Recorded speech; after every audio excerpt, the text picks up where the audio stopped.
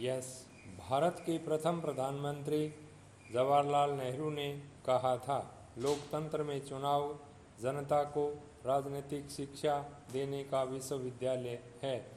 मानव समुदाय एवं शासन व्यवस्था की अवधारणाओं पर गौर करने पर उक्त कथन सत्य प्रतीत होता है। सभ्यता के विकास के साथ ही मानव समुदाय के लिए प्रशासनिक व्यवस्था की शुरुआत है। प्रारंभ में शासन व्यवस्था के रूप में राजतंत्र की प्रमुखता थी।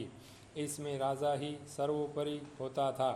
इस शासन व्यवस्था की सबसे बड़ी कमी यह थी कि प्राय इसमें आम जनता को अपनी बात रखने का अधिकार नहीं होता था।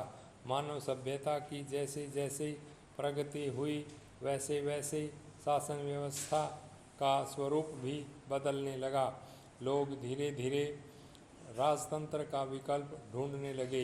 अंततः शासन व्यवस्था एक व्यक्ति के हाथ में न रहकर सारी जनता के हाथ में रहे, ऐसी व्यवस्था के रूप में प्रजातंत्र का प्रादुर्भाव हुआ।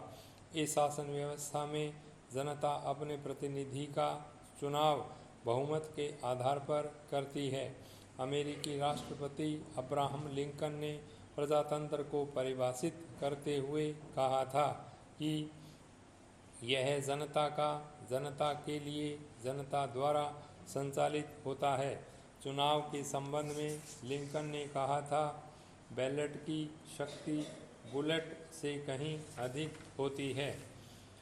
भारत में भी आज़ादी के बाद प्रजातांत्रिक पद्धति को अपनाया गया, जिसकी पृष्ठभूमि ब्रिटिश औपनिवेशिक काल में तैयार हो चुकी थी। प्रजातांत्रिक प्रणाली में निष्पक्ष चुनावों की अनिवार्यता प्रजातंत्र की आधारभूत संकल्पना है। भारत में विगत कुछ वर्षों से निष्पक्ष चुनाव को संपन्न कराने एवं लोकतांत्रिक प्रणाली को और अधिक सुदृढ़ता प्रदान करने हेतु चुनाव सुधारों पर चर्चा की जाती रही है। इसी क्रम में चुनाव संबंधी एक विशेष मुद्दा, एक देश एक चुनाव, एक महत्वपूर्ण चर्चा का विषय बनकर उभरा है। एक देश एक चुनाव लोकसभा और राज्यों की विधानसभाओं का चुनाव एक साथ करवाने का एक वैचारिक उपक्रम है। इस मुद्दे पर चुनाव आयोग, नीति आयोग, विधि आयोग तथा संविधान समीक्षा आयोग विचार कर चुके हैं। ऐसा नहीं है कि यह योजना भारत के लिए एक नवीनतम प्रयोग है। भारत में वर्ष 1952 से लेकर 1967 तक एक देश एक चुनाव की परंपरा को अपनाया जा चुका है, लेकिन राज्यों के पुनर्गठन और सरकारों की बर्खास्तगी के कारण धीरे धीरे यह क्रम बिखरता चला गया। भारत के अतिरिक्त अन्य कई देशों में भी इसका प्रावधान है, जैसे स्वीडन, ब्रिटेन, दक्षिण अफ्रीका, इंडोनेशिया, जर्मनी आदि।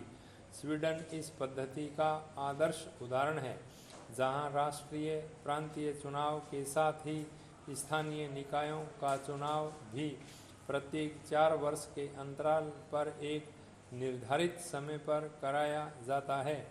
भारत के संदर्भ में एक देश एक चुनाव लोकसभा और विभिन्न राज्य की विधानसभाओं का चुनाव एक साथ करवाने का एक वैचारिक उपक्रम है। इसमें पंचायत और नगरपालिकाओं के चुनाव को शामिल नहीं किया जा सकता है। लोकतांत्रिक चुनावों में लोकतंत्र का सबसे बड़ा उत्सव माना जाता है। यदि हम देश में होने वाले चुनावों पर नज़र डालें तो पाते हैं कि प्रत्येक वर्ष देश के किसी न किसी राज्य में चुनाव होते रहते हैं। चुनावों की इस निरंतरता के कारण देश लगातार चुनावी प्रक्रिया में बना रहता है, जिससे न केवल प्रशासनिक और नीतिगत फैसले प्रभावित होते हैं, बल्कि देश की वित्तीय व्यवस्था पर अत्यधिक बोझ भी पड़ता है। अतएव एक देश एक चुनाव के पक्ष में निम्नलिखित प्रमुख तर्क दिए जाते हैं। एक साथ चुनाव कराए जाने के पक्ष में यह विचार दिया जाता है कि विगत वर्षों में 1952, 1957, 1962 और 1967 लोकसभा और राज्य विधानसभाओं के एक साथ चुनाव हो चुके हैं, तो अब एक साथ चुनाव क्यों नहीं कराए जा सकते। भारतीय इतिहास में वर्ष 2019 का लोकसभा चुनाव सबसे महंगा चुनाव रहा। चुनाव आयोग के अनुमान के अनुसार वर्ष 2019 के लोकसभा चुनाव में 10,000 करोड़ के खर्च होने का अनुमान था, जबकि एक मीडिया रिपोर्ट के अनुसार इस चुनाव में वास्तविक व्यय 60,000 करोड़ के करीब है। अतः एक देश एक चुनाव की प्रक्रिया अपनाने से धन की बचत एवं समय की बर्बादी कम हो सकती है। इस चुनाव प्रणाली में सबसे अधिक चिंता इस बात की जताई जाती है कि यदि 5 वर्ष से पहले सरकार गिर जाती है तो क्या होगा। इसके लिए किसी सरकार के विरुद्ध अविश्वास प्रस्ताव लाने के शीघ्र पश्चात ही दूसरी वैकल्पिक सरकार के लिए विश्वास प्रस्ताव लाने की व्यवस्था की जा सकती है। विराम। मई 2019 में संपन्न हुआ 70वीं लोकसभा का चुनाव 7 चरणों में 75 दिनों में संपन्न कराया गया। ऐसे में इसके पक्षकारों का कहना है कि यह चुनाव भारतीय इतिहास में सबसे लंबी चुनाव प्रक्रिया रही है। चुनाव की तिथि की घोषणा के साथ ही देश में आदर्श आचार संहिता लागू हो जाती है, जिससे सरकार नए विकासात्मक कार्यों एवं योजनाओं की घोषणा नहीं कर पाती है। इसके अतिरिक्त पूरी प्रशासनिक व्यवस्था और सुरक्षा बलों को चुनाव प्रक्रिया में व्यस्त कर दिया जाता है, जिससे कई अन्य कार्य प्रभावित होते हैं। अतः एक देश एक चुनाव से समय की बचत, प्रशासनिक सेटअप और सुरक्षा बलों पर भार कम होगा। सरकार की नीतियों का समय पर कार्यान्वयन सुनिश्चित हो सकेगा। वर्ष 1999 में न्यायमूर्ति वीपी जीवन रेड्डी की अध्यक्षता वाले विधि आयोग ने अपनी 170वीं रिपोर्ट में एक देश एक चुनाव की सिफारिश की थी। जिस प्रकार एक देश एक चुनाव के पक्ष में विभिन्न तर्क दिए जाते हैं, उसी प्रकार कुछ विशेषज्ञों व आलोचकों ने इसके विपक्ष में भी तर्क दिए हैं, जिनमें से कुछ प्रमुख तर्क निम्नलिखित हैं। देश में एक चुनाव एक देश कराने की दिशा में सबसे बड़ी बाधा या चुनौती लोकसभा और राज्य विधानसभाओं के कार्यकाल को समन्वित करने की है, ताकि दोनों का चुनाव एक निश्चित समय पर कराया जा सके।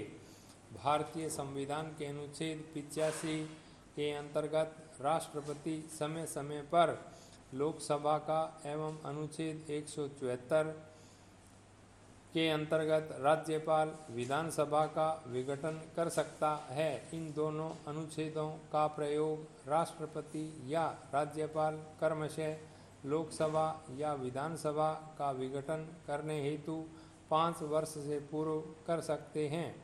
इससे एक ओर जहां केंद्र राज्य संबंधों पर नकारात्मक प्रभाव पड़ेगा, वहीं दूसरी ओर संविधान के संघीय ढांचे को भी आघात पहुंच सकता है। इसी प्रकार अनुच्छेद 352 के अंतर्गत राष्ट्रीय आपात के कारण लोकसभा के कार्यक्रम में वृद्धि हो सकती है तथा अनुच्छेद 356 के अंतर्गत राज्यों में संवैधानिक तंत्र की विफलता और राष्ट्रपति शासन लगने के कारण एक साथ चुनाव कराने में कठिनाई उत्पन्न होगी। आलोचकों का यह भी कहना है कि एक साथ एक चुनाव में धन के व्यय को रोका नहीं जा सकता। विधि आयोग के अनुसार यदि वर्ष 2019 के चुनाव इसी प्रणाली से कराए गए होते तो केवल नई ईवीएम मशीनों को खरीदने हेतु लगभग 4,500 करोड़ की आवश्यकता होती। स्टॉप।